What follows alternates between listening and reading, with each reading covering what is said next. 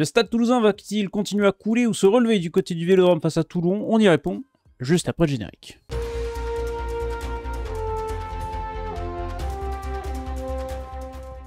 Encore 3 journées à jouer après les demi-finales de Champions Cup. Ils ont tenu en haleine. Parti pour parler de cette 23e journée du championnat de France de rugby avec Lionel qui est revenu de vacances. J'espère qu'il va bien. Ah, je vais très bien. Je ressors de vacances. Je suis en pleine forme. Alors, du coup, évidemment, c'est le retour du top 14. Toujours de bonne humeur dans ces cas-là. Ben, je suis présent et voilà, conquérant. Prêt pour cette fin de saison avec une finale de Champions Cup, des phases finales de top 14. Ça va être beau. Monsieur Thomas Laroquette, toujours présent. Il a trouvé le siège de titulaire. Ça, c'est beau. Oui, c'est vrai.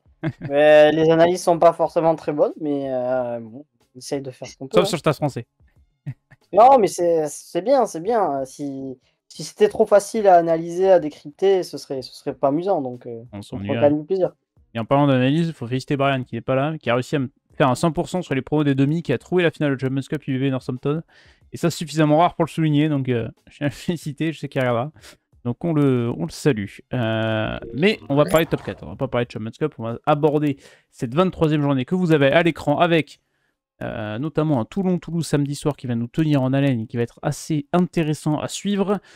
On va faire un petit point de classement avant de se lancer dans cette 23e journée. Le Stade Toulousain est toujours leader de top 14 devant l'Union Bordeaux-Bègles. 10 points d'avance pour les Toulousains, 2 pour l'Union Bordeaux-Bègles sur le 3e Toulon.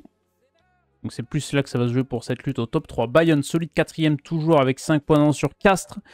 Clermont, La Rochelle et le Loup sont 6, 7 et 8e et s'accrochent et se tiennent en un mouchoir de poche. Et jusqu'à la section paloise 11e, ça se tient en 4 points dans cette lutte pour le top 6 qui est vraiment assez intéressante. Et puis après, plus loin décroché, il y a les jambes qui tremblent, il y a les mains un peu moites pour le Stade français, l'USAP qui sont à égalité avec 36 points, et puis Vannes qui est juste derrière avec 35 unités à une seule longueur de ces deux autres équipes. Et là, ça va nous amorcer une lutte pour le maintien assez intéressante. Voilà pour le point classement, dont on reviendra aussi pendant cette vidéo, parce qu'on va consulter le classement de nombreuses reprises, notamment pour parler samedi 16h30 avec ce Loup. Finaliste désormais de Challenge Cup, le Loup qui s'y reçoit la section paloise. Thomas, il te plaît ce Loup? Il est attachant, il est sympathique à suivre, il performe maintenant en plus, donc ça y est, Lyon se réveille. On savait pas trop où les placer pendant plusieurs saisons, ça y est, on sent il y a l'air d'avoir un truc quand même. Comment ça arrivé? Le Loup est un petit peu sorti de la bergerie grâce à Karim Ghezal. Ça fait plaisir parce que on l'a vu encore aujourd'hui, ils ont prolongé beaucoup de joueurs, des jeunes joueurs, des joueurs qui sont passés par le centre de formation. Voilà, c'est une équipe qui lance des jeunes, c'est une équipe aussi qui a relancé pas mal de joueurs. J'ai souvent été, alors non pas critique, mais sceptique sur, par exemple, un joueur comme Guillaume Marchand, que je trouvais voilà, pas au niveau d'un titulaire en top 14. Et voilà, grâce à Karim Ghezal, il s'est relancé. Aujourd'hui, c'est un super joueur. Il y a des joueurs comme Marakou qui continuent de s'affirmer. Il y a un banc conquérant. La deuxième ligne, j'en parle même pas. Gérassi, Guillard, pardon, et William. Enfin, vraiment, cette équipe-là, je la trouve assez complète. Je trouve qu'il y a un peu des manques en première ligne, mais c'est vraiment une équipe qui produit du jeu. C'est une équipe qui a retrouvé de la confiance, qui a retrouvé un système de jeu. Donc oui, elle me plaît. En plus, je pense qu'elle va surfer sur cette dynamique en Challenge Cup, de Challenge Cup. Et puis, ben, mine de rien, il faut qu'elle continue il faut continuer voilà, à vouloir accrocher ce top 6. Je pense qu'ils en ont les moyens, les Lyonnais, et ça commence effectivement par une grosse assise à domicile. Et ils affrontent une équipe de Pau. Tu disais que le Stade français, Perpignan, Vannes étaient décrochés. Pas tant que ça, parce qu'on voit que, admettons, Perpignan ou le Stade français gagne, et que Pau perd dans le même temps, on se retrouve avec 4 points de différence seulement. Donc Pau n'est pas à l'abri non plus, n'est pas à l'abri de ne pas se maintenir, mais ils sont pas non plus trop loin du top 6. C'est ça qui Ils est sont au un peu milieu. fou dans ce championnat. Ils sont à... Mais ouais.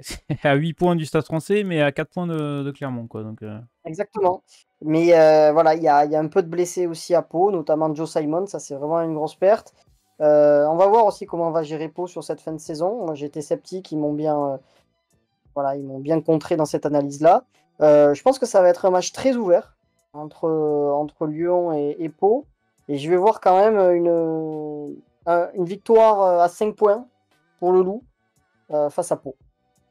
Lionel, est-ce que tu emboîtes Thomas et tu vois le Loup s'imposer assez aisément face à la section paloise, qui reste sur 3 défaites consécutives, qui a un calendrier pas si simple que ça pour cette fin de saison, avec la réception de Toulon, déplacement à Vannes et la réception de La Rochelle. Et une section paloise qui est intéressante à suivre quand même. Il y a quand même un détail que je viens de penser, c'est que Pau va jouer au Loup, en effet, et c'est du synthétique. Et Pau adore le synthétique. Hein.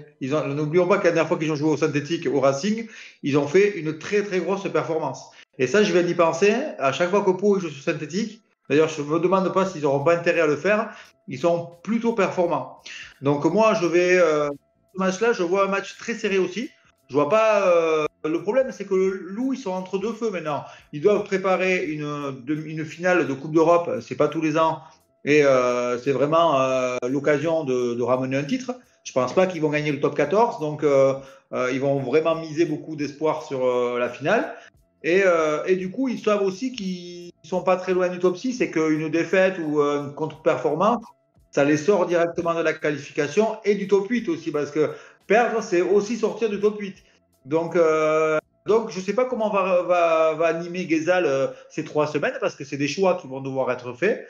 Donc, je pense qu'il mettra son équipe type contre une équipe de Pau qui n'a plus rien à perdre, qui va venir avec le retour de Gaëton, qui va avoir faim et qui va avoir envie de mettre du rythme et du jeu partout. La dernière équipe qui s'est imposée à Lyon, je crois que c'est Bayonne, en mettant aussi des jeunes comme ça qui couraient partout. Et même si ce n'est pas la même dynamique, attention, je trouve quand même que ça peut être un match très serré. Je vais partir sur une victoire du Loup, mais 4-1, moi, je ne vais pas mettre 5-0. Et d'ailleurs, j'aurais presque envie de remettre la section paloise à l'extérieur, parce que justement, Lyon, est-ce qu'ils ne vont pas dépenser beaucoup d'énergie sur la Coupe d'Europe aussi? Ils ont joué dimanche, le match est samedi. Ça peut être une surprise. Donc 4-1 pour le Loup, mais voilà. C'est que c'est pas cohérent. Dernière défaite du Loup à domicile, c'était contre Clermont, juste après Bayonne. Donc pas loin. Ils avaient enchaîné, c'était le 23 novembre dernier. Depuis, le Loup est invaincu à domicile en top 14. C'est quand même une belle information à noter, oui, effectivement. Eh bien écoutez, on va enchaîner. Sachant que le problème du Loup pour cette fin de saison, après la section, ça sera le déplacement au Stade Français, ça sera une finale de Challenge Cup, ça sera le déplacement au Stade Toulousain, et ça sera la réception du Racing. Donc c'est pas non plus une fin de saison très simpliste pour les Lyonnais. On va enchaîner. Vannes reçoit La Rochelle. Alors La Rochelle retrouvée, qu'on a critiqué toute cette saison. On n'a pas épargné, peut-être à juste titre, sûrement à juste titre d'ailleurs, durant toute cette saison 2024-2025, on ne reconnaissait plus La Rochelle. Ils sont allés faire le coup juste avant les demi-finales de Coupe d'Europe. C'était à Bordeaux, avec un match plein. Alors, on peut dire que Bordeaux n'a pas été non plus sensationnel, mais c'est surtout un très très bon La Rochelle qui s'est imposé du côté de Chabannes-Delmas à Bordeaux. Et du coup, La Rochelle a peut-être retrouvé une dynamique. Deuxième victoire consécutive en top 14. Je ne sais plus depuis combien de temps ça n'était pas arrivé. Je ne sais même pas si... je vais essayer de vous le dire en direct là. Ce n'était plus arrivé de victoires consécutives de La Rochelle en top 14 depuis le 5 octobre 2024. C'est dire à quel point ça datait. Ils ont gagné face à Bayonne, ils ont gagné à Bordeaux. Ils ont l'occasion de sauver leur saison en allant intégrer un top 6 Lionel qui serait bon d'aller chercher. Et oui, mais du coup, en face, on a peut-être les irréductibles gaulois bretons qui ne laissent pas faire. Et on est dans une équipe qui est encore là, à la 24e ou 23e, pardon, 23e, c'est incroyable. Je trouve que cette victoire contre Toulon, personne ne l'a vu venir, bonifié. Voilà, une équipe de La Rochelle bien remise, évidemment, qui a bénéficié, je pense, d'un petit relâchement mental de Bordeaux qui a préparé sa demi-finale. Et du coup, je pense mentalement, ils n'y étaient pas. Donc, ça s'est vu. Ils ont fait une rotation et les mecs, ils n'avaient que la Coupe d'Europe en vue et le match contre Toulouse. On l'avait vu que c'était une impasse mentale, je pense. Donc, ils en ont bénéficié. Donc là, ça va être un match très engagé, sûrement devant. J'ai hâte aussi de voir ce match-là. Voilà, c'est un multiplex malheureusement. C'est un match qui aurait mérité peut-être être décalé parce que c'est vraiment deux beaux peuples, Vannes et La Rochelle. C'est très très difficile à pronostiquer cette semaine. Hein. Ah oui. J'ai envie de mettre un petit billet sur Vannes, parce que du coup, ils me plaisent, ces irréductibles bretons, là. Et j'ai envie de croire que La Rochelle a surtout bénéficié comment ça s'appelle, de l'impasse bordelaise. Donc, je mettrai 4-1, vraiment avec un petit Lafage à la 78e qui claque un drop. Allez, ça, je me le tente, je me le tente. Ça, c'est très très beau. C'est une belle prise de risque. Et que les Bretons vont résister au Rochelais, Thomas, pour offrir une course au maintien, encore une fois extrêmement serrée, on le dit, on le répète, mais que Vannes soit encore à la lutte à la 23e journée. Pas beaucoup de personnes n'auraient mis une pièce, un copec dessus. Bah, je pense que s'ils avaient perdu contre Toulon, ça aurait été presque cuit, hein. Sincèrement, ça aurait été difficile. Et effectivement, ils ont surpris tout le monde. Et en plus, ils sont allés aussi chercher ce petit point qui peut faire la différence aussi en fin de saison, parce qu'on le voit, hein. Quand on voit, ils sont à 1 point du Stade français de Perpignan. Perpignan et Stade français qui sont à égalité. 1 point, que ce soit un bonus défensif, un bonus offensif, ça change quand même pas mal de choses. Donc, franchement, oui, cette équipe de Vannes, elle séduit parce qu'elle envoie du jeu, parce qu'elle se bat, parce qu'elle est aussi consciente de ses limites, voilà, avec un banc parfois qui peut les faire un peu craquer, un peu d'indiscipline, un petit manque de jugeote ou d'expérience. Mais c'est une belle équipe, c'est une très belle équipe qui, en plus à domicile, voilà, est portée par un très beau public. Donc on verra s'ils surfent sur cette victoire face à Toulon. Et en face, on a une équipe de La Rochelle. Alors, tu disais retrouver, je sais pas si elle est retrouvée. C'est encore peut-être un peu tôt. Comme le disait Lionel, il y a ce match à l'UBB. Alors oui, effectivement, ils se sont bien battus pour aller chercher les 4 points. C'était important mentalement, comptablement. Mais comment la juger aussi par rapport à la performance et l'état d'esprit bordelais, ça c'est un peu plus compliqué. Donc là, La Rochelle a besoin aussi d'aller chercher des points à l'extérieur, d'enchaîner, on le sait. Je crois que c'était en décembre, ils ont enchaîné 3 victoires consécutives. C'était contre Bath, contre Bristol et Clermont de mémoire. Et puis ensuite, ils se sont écroulés. Donc voilà, La Rochelle aussi, c'est très irrégulier. Mais je pense qu'ils vont se rassurer sur les fondamentaux. La touche, la mêlée, les rucks. Voilà, il y a quand même du cube, du solide, Antonio, Skelton, Boudouan, Aldridge, Égou, ça remue du beefsteak et je pense que ça c'est très important. C'est peut-être pas flamboyant, ça envoie moins de jeu que Vannes, mais je pense que ce sera peut-être efficace et c'est pour ça que je vais voir une victoire rochelaise et plutôt un 4-0 et pas de bonus défensif pour Vannes. C'est une belle prise de risque aussi. La Rochelle a plutôt été régulier cette saison dans la médiocrité, mais c'était régulier quand même. Tiens, quand même. C'est une saison difficile, ouais. C'est un peu. On parle d'année de transition un peu à tort et à travers, mais là, je pense que ça l'est vraiment. Ouais, là, je pense que. Et mine de rien, ils sont pas loin. C'est ça qui est fou, c'est qu'on a l'impression qu'ils font une saison vraiment lamentable. Et en fait, ils sont pas si loin que ça. C'est complètement C'est fou. Malgré cet enchaînement de quasiment 10 matchs sans victoire, hein, ils sont quand même vraiment dans la lutte pour ce top 6. Vannes, pire équipe à domicile cette saison. 25 points pris à domicile. Bon, ça, voilà. On peut s'y attendre. Ça va être un beau match. Ça va être haletant. Et on va avoir une confirmation ou non de savoir si La Rochelle est bel et bien retrouver un petit peu de jus dans cette saison de top 14. C'est une bonne idée pour les Rochelais de remporter. Pour Vannes, ça pourrait mettre la pression sur le Stade français, ça pourrait mettre la pression sur Perpignan et potentiellement mettre la pression sur le Racing qui va recevoir l'aviron bayonnais. Mais le Racing a l'occasion de revenir entre les morts et de potentiellement être un trouble-fête dans cette lutte pour le top 6. Ça serait quand même, au vu de la saison, un petit miracle, Lionel, de retrouver le Racing dans le top 6. Malgré tous les remue-ménages qu'on a pu connaître. Alors ils sont revenus en effet, je crois qu'ils sont maintenant 14, 13, 12, 11, 10e, ils sont 10e au classement. Donc du coup la semaine dernière, j'ai regardé un petit peu Lou Racing, un match un peu soporifique, ils n'ont pas été du tout dans le match, ils ont été pas très bons. Ils sortent en top 14 une belle performance contre le Stade français. Est-ce que c'est une équipe, le Stade français, qu'il faut aujourd'hui mettre en valeur pour... je pense pas. Donc, ils ont pris 5 points contre une équipe très faible. Contre une équipe de la qualité d'un top 6, ils n'ont pas existé. Vraiment, le Loup était largement dessus sur les fondamentaux, sur plein de choses. Voilà. Est-ce qu'ils vont gagner Bayonne? Du coup, ça va être un beau match. Je pense qu'ils ont quand même le potentiel. Ils ont quand même un match à domicile. Ils ont encore cet espoir de top 6. Pour moi, non, ils ont passé le train. Il y a trop de monde devant et ça passera pas. Je pense, après Bayonne va évidemment tout mettre pour aller chercher des points à l'extérieur. Il leur manque pas grand-chose pour la quatrième place à domicile, pour finir quatrième à la fin du championnat. Je pense qu'il leur manque une victoire, voire deux. Donc, il faut aller chercher des points partout. Je pense que Grégory Pata a montré cette saison, surtout en 2025, que Bayonne, en fait, ils ne jouent plus à domicile simplement, ils jouent tous les matchs même à l'extérieur. Ils sont passés à côté au Racing, ils sont passés à côté à Perpignan, ils auraient dû y gagner. À La Rochelle, ils ont aussi fait un très beau match. Est-ce que ça va être au Racing? En tant que Bayonnais, j'ai pas envie de me dire allez, ils vont gagner, donc je suis toujours prudent. Est-ce que la quatrième place bayonnaise est scellée, Thomas? Est-ce que le Racing peut résister à la vague d'attaque basque ce week-end? Alors ça, c'est un match qui m'intéresse particulièrement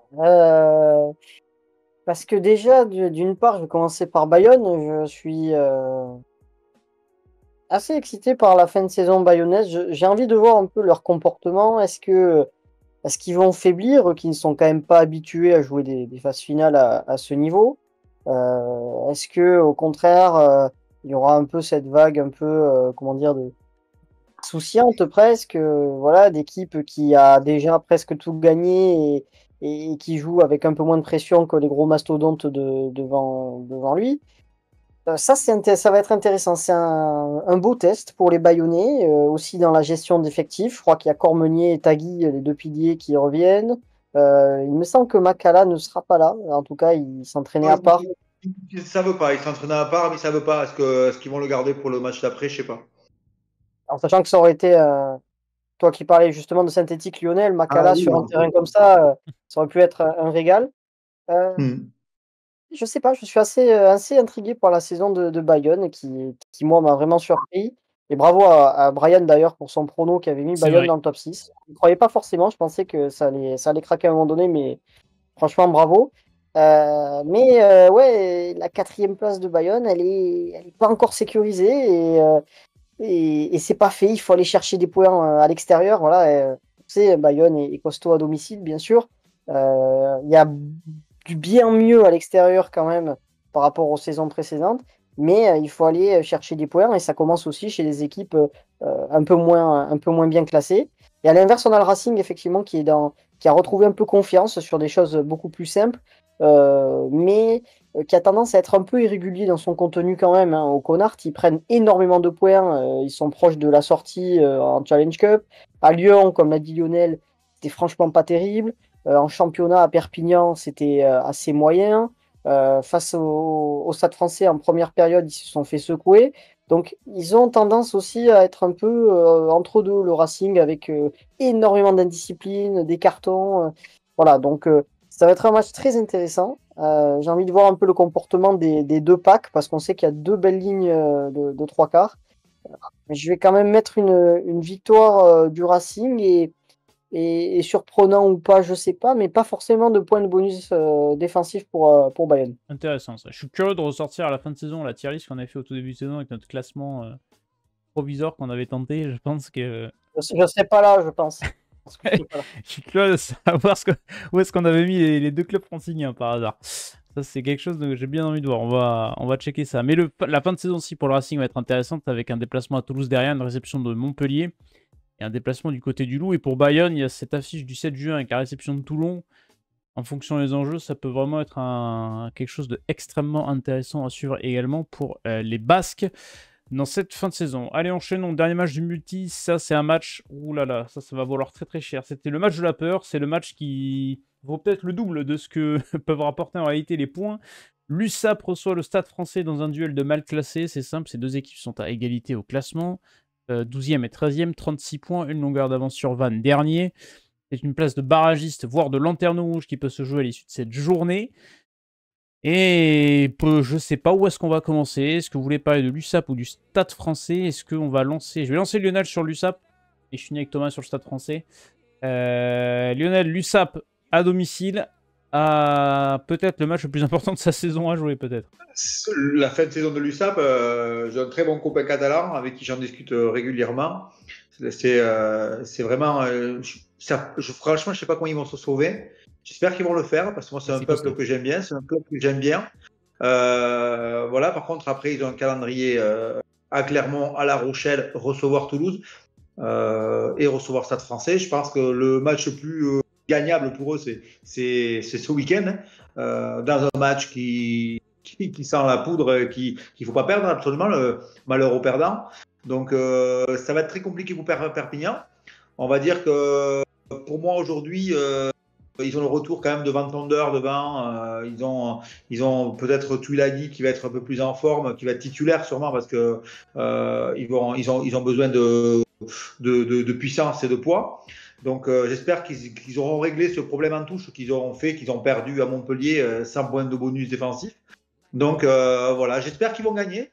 C'est un peuple que j'aime bien, c'est un club que j'aime bien moi. Donc voilà, j'espère qu'ils vont gagner 4-0. Je mets 4-0. Je vois que le Stade Français est beaucoup plus faible quand même. Tout dépendra de leur début de match à l'USAP. Le début de match va être hyper important. S'ils prennent le score, qu'ils arrivent à avoir la confiance nécessaire tout le match, ça peut faire 4-0, voire 5-0. Ils sont capables. Je pense que c'est un peuple c'est un club qui est capable de faire mieux que ce qu'il fait actuellement. Et voilà, j'espère qu'ils vont le montrer parce qu'après, à Clermont, à La Rochelle et contre Toulouse, il ne jouera pas la Coupe d'Europe en finale, ça va être compliqué.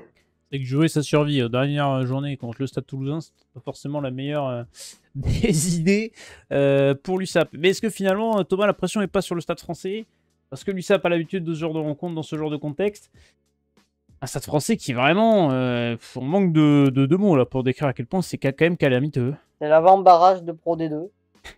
Bon, je vais anticiper. Je pense que Nathan, toi, tu vas mettre un match nul, mais ouh là là là là, franchement, ça va être chaud. Oh, là, je sais pas qui aura le plus de pression, à vrai dire, parce que mine de rien, Perpignan est quand même à domicile et juste derrière, alors à égalité de points, oui, mais juste derrière le Stade Français. Donc, qui aura le plus de pression? Franchement, je sais pas. En tout cas, l'USAP aussi, pour finir sur l'USAP, mais ils ont décrété un huis clos toute la semaine pour préparer vraiment, pour être dans une bulle pour préparer ce match. Donc voilà, il y a urgence. Et de l'autre côté, ouais, on a une équipe du Stade Français qui va pas bien du tout. Voilà, un staff qui n'a plus aucune solution, un effectif qui ne répond plus, il n'y a pas de mental, il n'y a pas de leader. Enfin si, il y en a quelques-uns, c'est toujours les mêmes. On pense par exemple à Gabriag, qui lui se défonce vraiment pour le maillot, mais c'est vraiment triste. En plus, ils ont aussi des équipes jeunes qui sont pas forcément terribles aussi au Stade Français. Enfin vraiment, il n'y a rien qui fonctionne cette saison. Là, c'est ouais, le match de la mort, clairement. On annonce souvent match de la peur, match de la mort, mais celui-là, ouais, il compte double. Clairement, c'est peut-être le match qui permettra à une équipe de ne pas jouer le barrage, même si on sait qu'il restera quand même quelques journées derrière.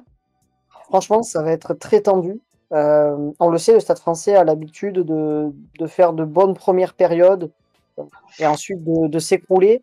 Ce match-là, ce sera le point de vue physique, on s'en fout un peu, mais je pense que ça va être le mental. Ça va être le mental. Et là, actuellement, c'est plutôt l'USAP qui l'a, surtout porté par son public. Donc, je vais voir une courte victoire de l'USAP avec un point de bonus pour le Stade Français, mais voilà, j'ai peur que le Stade Français craque vraiment dans cette atmosphère qui s'annonce effectivement bouillante à Aimé Giral. Et la seule fois où tu nous mets pas le Stade Français gagnant, ils vont aller chercher des points. Eh bien, écoute. Il y a quand même un détail sur la semaine prochaine, c'est que le Stade Français va recevoir une équipe du Loup qui va devoir préparer sa finale. Et ça, c'est peut-être une parenthèse pour eux sympathique, parce que je ne pense pas que le Loup, la semaine prochaine, va s'amuser à mettre beaucoup de titulaires. Donc peut-être ça peut être quelque chose qui leur fasse du bien, quoi. Je vois pas le Loup la semaine prochaine, voilà. Et ça peut être de parenthèses intéressantes pour eux, justement pour garder cette confiance, pour pas perdre. C'est vraiment, voilà, ils ont de la chance. Recevoir le Loup une semaine avant une finale, c'est comme, on va revenir sur le match, c'est comme demain, comme dimanche à Montpellier. C'est pareil, Montpellier, ils vont bénéficier de ça aussi. Ouais, c'est peut-être Noël avant là pour le Stade Français. C'est peut-être un dernier cadeau en fonction. Le Stade Français qui est la pire équipe à l'extérieur de top 14 cette saison, c'est simple, aucune victoire. Voilà. Aucune victoire, aucun match nul, 11 défaites, un seul point pris à l'extérieur pour le Stade Français cette saison. Donc ça joue pas aussi en leur faveur. Je viens de retrouver la tier list de début de saison qu'on a faite.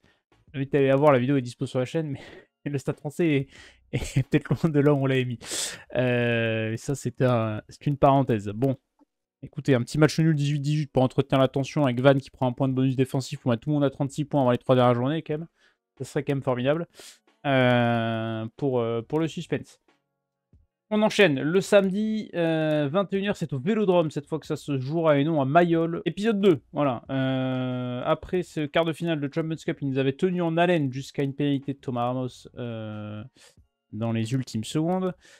Le Stade Toulousain va tenter de prendre sa revanche, surtout de se relever d'une défaite en demi-finale de Champions Cup du côté du Matmut Atlantique. C'était ce week-end à Bordeaux. Le Stade Toulousain a été dominé un petit peu dans tous les domaines par l'UBB et a été sorti. C'est la première défaite du Stade Toulousain dans une phase d'élimination directe depuis 2 ans et la première de son histoire contre une équipe de top 14. C'est dire à quel point le Stade Toulousain est un mastodonte tout de même. Et c'est compliqué d'aller chercher le Stade Toulousain, mais l'UBB l'a fait.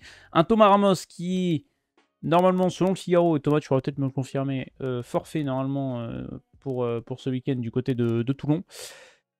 Ça aussi, c'est une absence de marque. Thomas Ramos, Lionel, on en parlait un petit peu en off tout à l'heure, c'est peut-être plus important qu'Antoine Dupont au Stade Toulousain. Clairement, pour moi, aujourd'hui, Thomas Ramos, c'est celui qui fait. Alors, tout le monde me met en exergue, évidemment, je te le disais, Antoine Dupont, mais pour moi, Thomas Ramos, sur moi, c'est le meilleur joueur du top 14 sur les 2 dernières saisons. C'est le buteur, c'est le régulateur, c'est le meneur de jeu. Quand il n'est pas là, il y a beaucoup de. Il parle énormément, il place les types.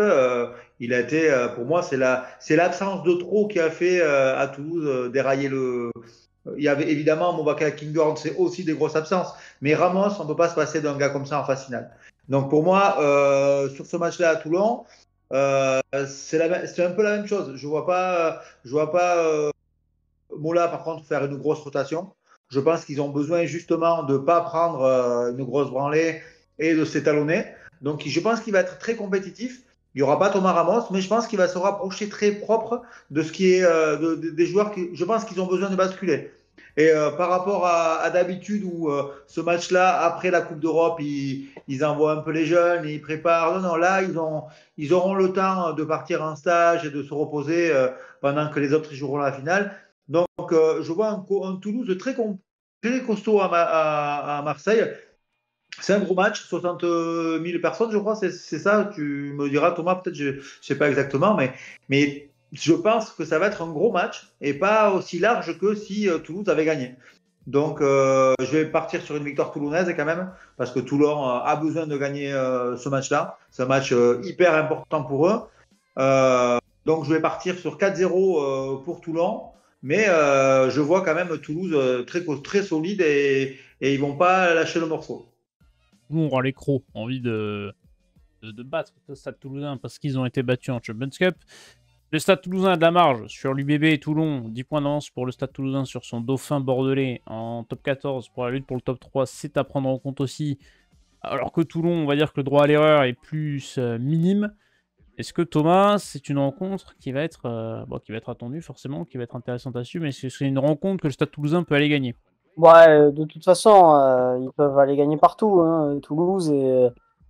On le sait qu'ils peuvent gagner d'ailleurs avec n'importe quelle équipe, donc ça va être tendu. Comme disait Lionel, ouais, rencontre à guichet fermé. Je crois qu'il y a 67 000 places, je crois, au Vélodrome, donc ça va être une ambiance énorme. Alors c'est vrai que les matchs Marseille, je crois, je suis en train de regarder un peu, mais je crois qu'on plutôt tourné à l'avantage de Toulon.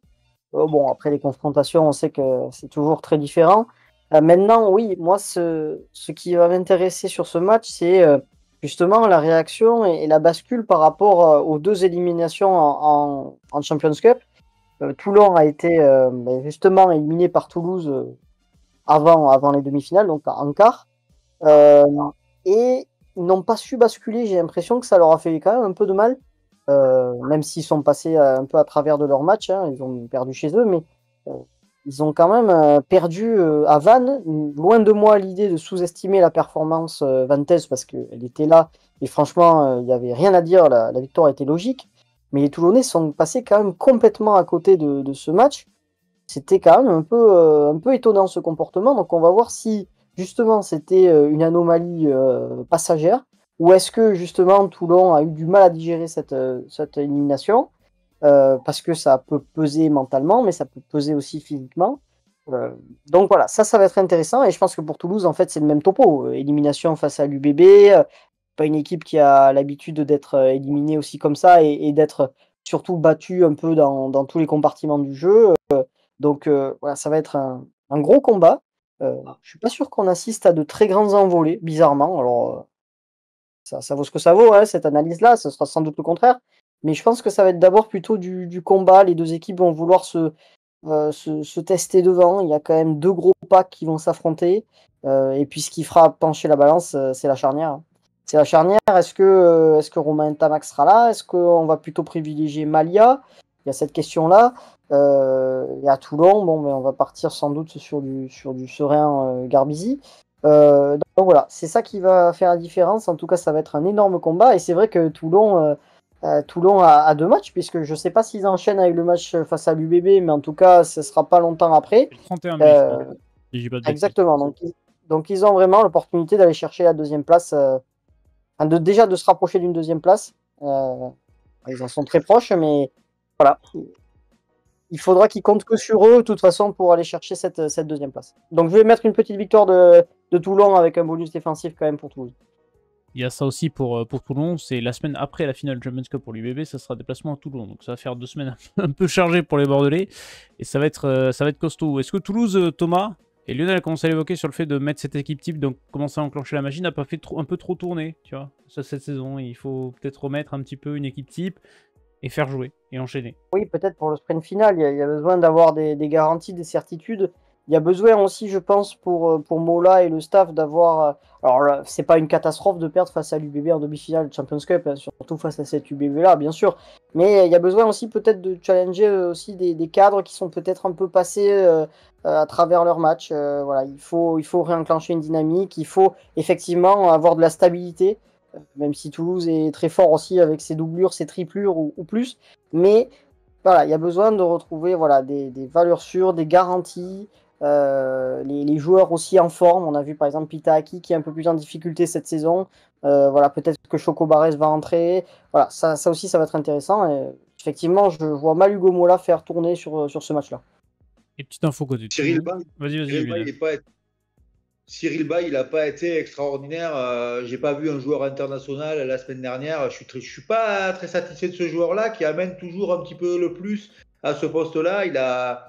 On l'a pas vu dans le jeu, on l'a pas vu gagner les duels. Flamand, on n'a pas vu un Flamand extraordinaire non plus. Je pense qu'ils ont besoin d'enchaîner et d'aller. Je pense qu'ils sont piqués là. Je pense qu'ils sont et je pense que la semaine à Toulouse ils ont vraiment perdu à la régulière quoi. Il n'y a pas arbitrage, il n'y a pas de. L'UBB a été meilleur et ça fait longtemps que ça n'est pas arrivé en phase finale à Toulouse. Donc du coup, je pense que maintenant ils ont un match devant 67 000 personnes la semaine prochaine. Qu'est-ce qu'on fait? On met des jeunes et on fait dire tiens, ou alors on essaye d'aller justement aller renverser la tendance, aller gagner à Toulon pour remettre un petit peu, voilà, c'était un accident et on s'est remis droit. Et maintenant, on sera là en phase finale, il faudra compter sur nous. Donc, je pense plutôt que ça va être intéressant de voir un petit peu l'équipe type cette semaine. Et voilà, vous avez compris, samedi soir, il faut être devant la télé, parce que ça pourrait être intéressant. Côté Toulon, est-ce que Menoncello pourrait renforcer la garde dans le Var cet été? À voir, il était pressenti côté de La Rochelle, après il peut rester à Trévis, est-ce qu'il va aller à Toulon? Toulon s'y intéresse en tout cas. Ça, c'est à suivre pour le jeune centre italien de 22 ou 23 ans. Il peut être un joueur sur lequel, si tu as la main mise, c'est plutôt intéressant, parce que c'est quand même un joueur assez qualitatif. Trévisan, je pense pas qu'il va le lâcher. Il voulait pas le lâcher à La Rochelle. Il a dit non. Moi, je pense que ça ne sera pas avant l'année prochaine. Ah, ben, D'ailleurs, ils ont démenti Trévis aujourd'hui en disant que c'était faux. Ils ont annoncé en plus dans la foulée. Alors, je sais pas si le timing était fait exprès, mais justement les joueurs qui étaient partants, pas Menoncello. Et je pense que la clause pour signer Menoncello doit être oui, un peu salée. il y a quelques zéros derrière. Alors il peut y avoir une question de logique à ce qui débarque à Toulon à un moment donné, puisqu'il y a Brex, son coéquipier en sélection et en club, qui a signé à Toulon pour la saison prochaine. Mais en tout cas, je pense que Toulon va devoir casser la tirelire pour s'offrir les services de Menoncello. va être intéressant d'aussi assure du côté de l'Italie. Match dimanche 21h, c'est Montpellier qui reçoit l'Union Bordeaux-Bègles. Alors on espère que ça ne sera pas aussi mauvais que la purge qu'on avait eu là à l'aller. On verra en fonction de s'il fait beau déjà à Montpellier ou pas ce dimanche. Mais l'Union Bordeaux-Bègles va devoir redescendre de son euphorie de cette demi-finale, remporter face à Toulouse et réenchaîner avec le top 14 parce que rien n'est acquis. Que l'UBB a perdu des points la semaine d'avant face à La Rochelle, on en a parlé tout à l'heure, et que Montpellier est à la lutte pour le top 6. Ça va être un match pas simple. Il y a un programme pas simple pour les deux équipes en plus en suivant sur la suite et la fin de cette saison. Ah, c'est un match qui va valoir cher et l'UBB, Thomas, va devoir enchaîner, peut-être faire jouer quelques doublures qui vont devoir se mettre au niveau. Enfin, ça va être intéressant cette façon pour l'Union Bordeaux-Bègles. Ouais, là aussi, c'est intéressant de voir comment la transition en fait entre une finale de Champions Cup qui était un objectif bien sûr, mais qui est quand même énorme pour le club, et là ce retour en top 14, donc mine de rien, ils sont pas à l'abri de perdre leur deuxième place, et le moindre faux pas peut être aussi fatal. Donc, et puis pour les hommes pour Yannick Bru, le staff, il y aura aussi une gestion d'effectifs. On a vu que Penaud était blessé, alors c'est moins grave que prévu, donc voilà, si tu blesses un Lucu, un Bielbérien ou un Jalibert à un moment donné, ça peut te déstabiliser. Donc effectivement, Bordeaux alors, a repris de la confiance. Bordeaux est allé gagner aussi à Pau avec une équipe très remaniée, donc ils en sont capables. Mais là, ils vont être opposés à une équipe de Montpellier que je trouve très curieuse. Très curieuse parce il y a pas grand-chose. En fait, dans cette équipe, c'est un peu bizarre. Ils ont perdu Hogg en plus, qui était le joueur en forme quand même cette saison. Là, on voit les résultats à Pau. Sincèrement, ils doivent le gagner. Face au Stade Français, ils reviennent de très très très très très loin, mais ils se font quand même drôlement remuer pendant au moins 60 minutes.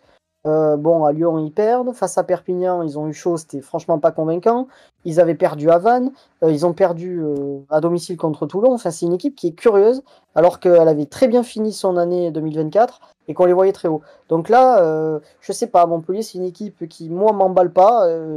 Voilà, je trouve que derrière, c'est pas flamboyant. Par contre, il y a du combat, ça c'est sûr. Et peut-être que justement, l'UBB devant va devoir reposer peut-être un peu certains cadres. Donc là, je vais tenter un coup, je vais mettre une victoire de Montpellier dans un match pas très emballant. Match pas très emballant. Le match aller était pas très emballant non plus. Donc bon, voilà, je rappelle, l'UBB s'était imposé 9-6. Voilà.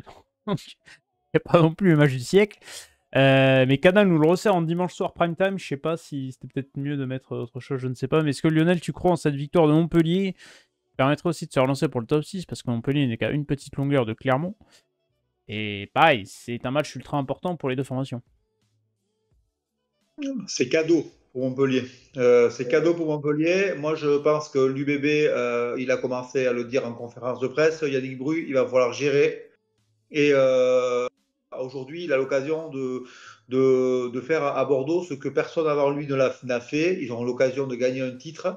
Je pense qu'aujourd'hui, en battant Toulouse, ils ont quand même le statut de favori sur le final. Hein. À un moment donné, ils ne vont plus pouvoir se cacher. Je pense que même si Northampton a fait une très grosse performance au Leinster, je pense que l'UBB a quand même on va dire que je pense que l'UBB a la position la plus favorable pour gagner cette Coupe d'Europe.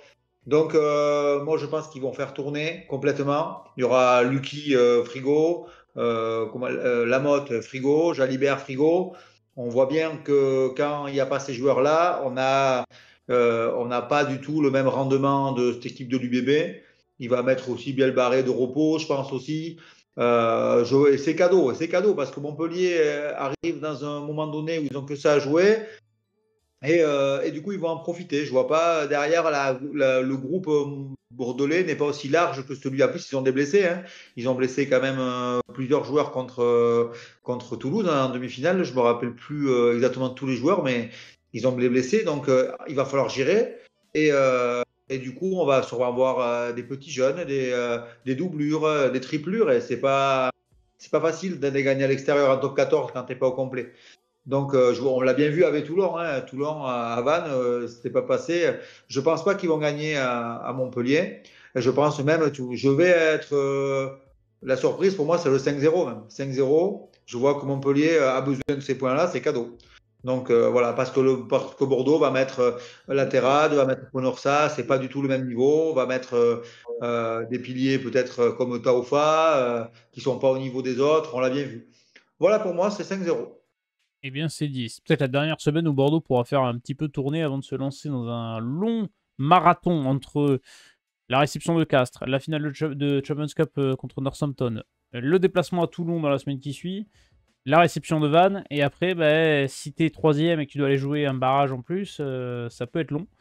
Donc, ouais, l'UBB, il faut pas qu'ils arrivent. Ils ont eu l'expérience l'an passé d'arriver cramé en finale. Ça s'est pas très très bien passé. Est-ce qu'ils pourront faire mieux cette saison dans la gestion? C'est un point d'interrogation aussi. On a parlé de la lutte pour le maintien. On va commencer à se tourner aussi vers la lutte de la Pro D2.